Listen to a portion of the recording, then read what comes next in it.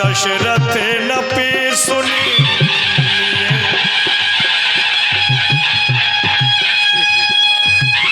दशरथ नप सुन लिए बोला।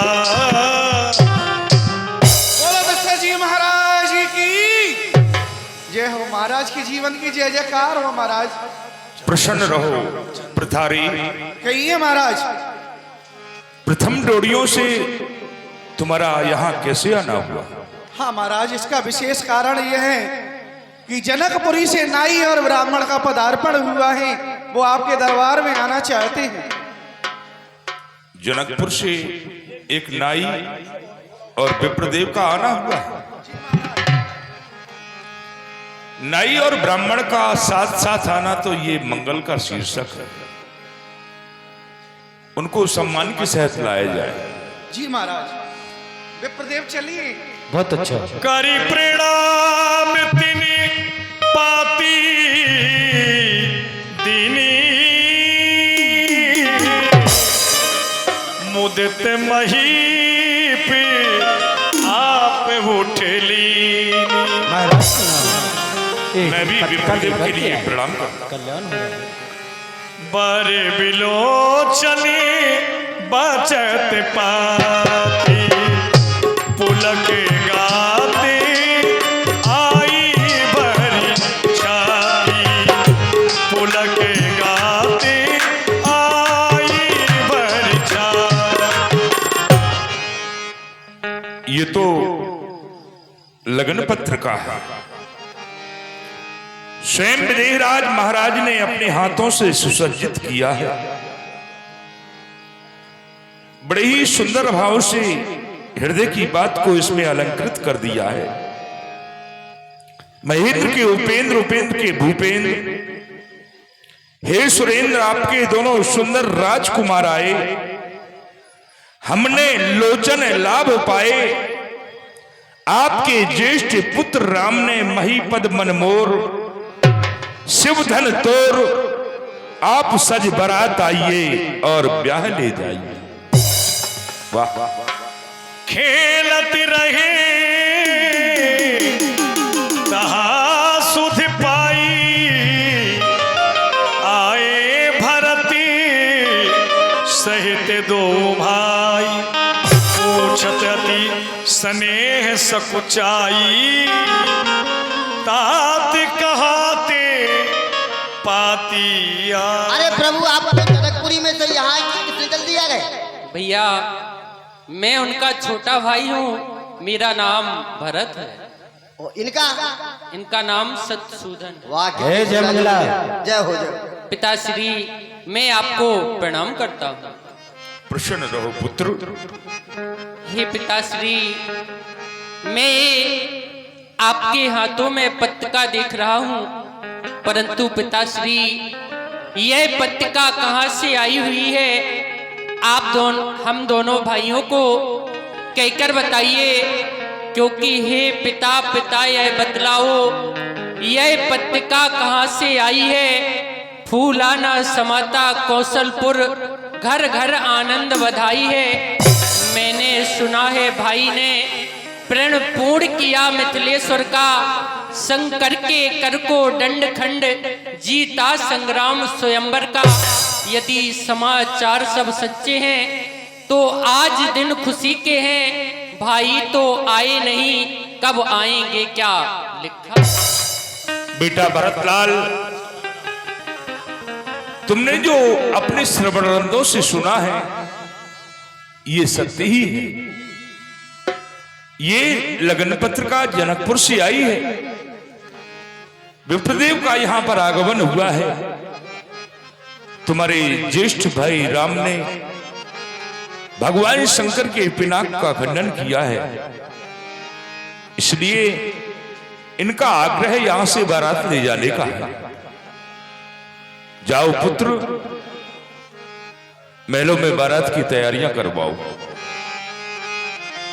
चिट्ठी मेरी राजा जी के नाम लिख दे, चिट्ठी मेरी राजा जी के नाम लिख दे, नाम लिख दे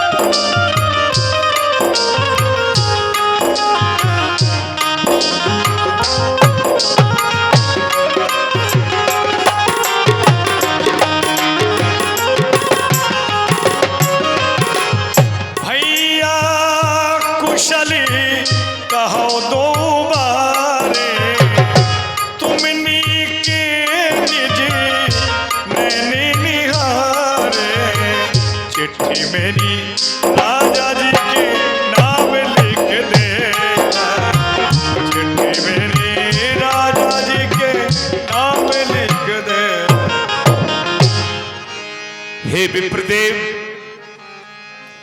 क्या तुमने अपने नेत्रों से मेरे दोनों राजकुमारों को देखा है? और यदि तुमने उनको देखा है तो तुम मुझे उनकी कुशलता सुनाओ। वो कुशल से तो है। श्यामल गौरी धरे धनुहा था, वह किशोरी कौशिक मुनि साथ।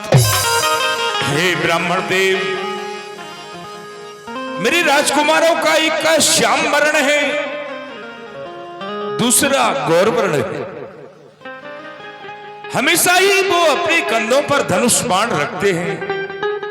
महर्षि विश्वामित्र जी के साथ में रहते हैं। कहो विदे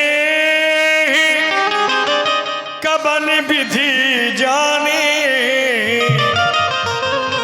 सुन प्रिय बचन दूत मुस्कान।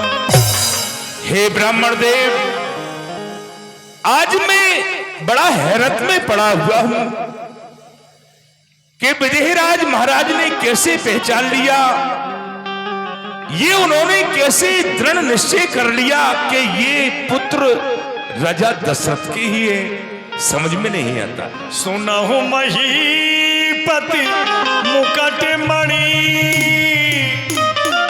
तुम सम धन्य न कोय। राम लखन जिनके तने, विश्व विभूषण। हे महाराज, आप जैसा भाग्यशाली भला इस संसार में दूसरा और कौन हो सकता है, जिसके राम लक्ष्मण जैसे पुत्र हैं जो सारे संसार में अपना नाम रोशन करने वाले। सीय स्वयंवर भूप अनेका, सिमटे सुभटी एक ते एक।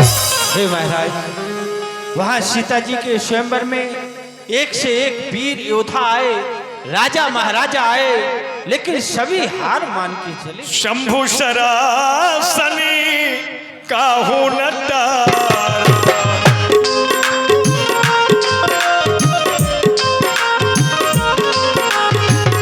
शंभु शरासनी काहू नटारा, हारे सकली वीर बरियारा, हारे सकली वीर बरियारा। हे महाराज, जो शंकर भगवान का धनुष अजगर रखा हुआ था, किसी भी राजा पर, किसी भी वीर पर वो पृथ्वी से उस बेत का से तिलमाट भी नहीं हिला। तहारा भी रघुवंश मणि, सुनिए महामहिपाल। भंजो चाप प्रयास बिनु, जिम गज पंकज ना। हे महाराज, वहाँ आपके ज्येष्ठ पुत्र श्री राम ने उस धनुष का खंडन इस प्रकार से कर दिया जैसे एक मतवाला हाथी कमल की डंडी को तोड़ देता है। सुन सरोस रघुनायक आए, बहुत भात तिन आंखें दिखा। जब धनुष का खंडन हो गया तो श्री परशुराम जी महाराज आए, उन्होंने लाल पीली आंखें दिखाई और फिर वो भी प्रभु से क्षमा याचना मांग करके वन के लिए प्रस्थान कर। सभा समेत राय अनुरागे, दूतन देन न्युछावर लागे। महामंत्री जी विप्रदेव के लिए और इनके साथ जो रहते हैं ये मंगला, इनके लिए बहुत सारा द्रव्य देकर के इनको अतिथि गृह में पहुंचाए। कहे अनीत ते मुदिए महाराज क्षमा करें। है जय मंगला। धर्म विचार सबई दुखमा सुखमा। आप ये क्या कर रहे हैं? हम तो आपके यहाँ का जल भी ग्रहण नहीं कर सकते हैं, क्योंकि जिस प्रकार से महाराज विदेह राज्य की पुत्री सीता है, उसी प्रकार से हम समस्त जनक वासियों की पुत्री है। अरे महाराज, आप नहीं ले तो हमको तो ले ले। नहीं, तुझे राज खजाने से दिला दिया जाएगा। धन्य है, बड़े ही सुंदर और श्रेष्ठ विचार है। जब प्रजा की इतनी सुंदर भावनाएं हैं, तो राजा की भावनाएं ना जाने कितने सुंदर हो। महाराज, आप तो शीघ्रता से बारात सजा करके आए। जय मंगला, तू बारात के साथ ही आना, ठीक है? ठीक है, प्रणाम करता। तभी उठ भूप वशिष्ठ कहे दीन पत्रिकादार, कथा सुनाई गुरु सब सागर दूत बोला, सागर दूत बोला। महाराज श्री उस पत्रिका को लेकर के पूज्य श्री गुरुदेव स्वामी के आश्रम तक पहुंच रहे हैं। प्रणाम गुरुदेव। कल्याण हो राजन तुम्हारा। ये लगन पत्रिका है गुरुदेव, जनकपुर से आई है। आपके ज्येष्ठ पुत्र राम ने भगवान शंकर की विशाल धनुष का खंडन कर दिया है। इसमें बारात के बारे में लिखा है, जैसी आपकी आज्ञा हो वैसा किया जाए। बड़े हर्ष की बात है। गुरु बोले सुनी अति सुख पाई, पुण्य पुरुष कहे मैं ही सुख छा। राजन, तुम जैसे पुण्यवान धर्मात्मा राजा के लिए तो ये पृथ्वी हमेशा हरी भरी रहती है। जिम सरिता सागर में ही जाही, सागर में ही जाही, तदपता ही कामना नहीं, तदपता ही कामना। जिस प्रकार से सभी नदियों का जल समुद्र में जाकर समावेश होता, समुद्र को जल की कोई इच्छा नहीं है, फिर भी उसमें सभी नदियों का जल ले जाकर होता है। इसी प्रकार से तुम राजाओं में श्रेष्ठ धर्मात्मा, पुण्यवान और धर्मात्मा पुरुष के पास सुख संपत्ति बगैर बुलाए पहुंचती है। तुम कहे सर्व काल कल्याणा, सजहु बराती बजाए निशान। राजन, तुम जैसे महाराज के लिए तो हमेशा कोई भी समय मंगलमय हुआ करता है। आपके लिए सभी घड़ी शुभ समय है, इसलिए आप शीघ्रता से बारात सजवाइए और प्रथम तो ये लगन पत्र का महलों में जाकर दो और बारात सजवाकर तैयारी करो। जो आ गया राजा सब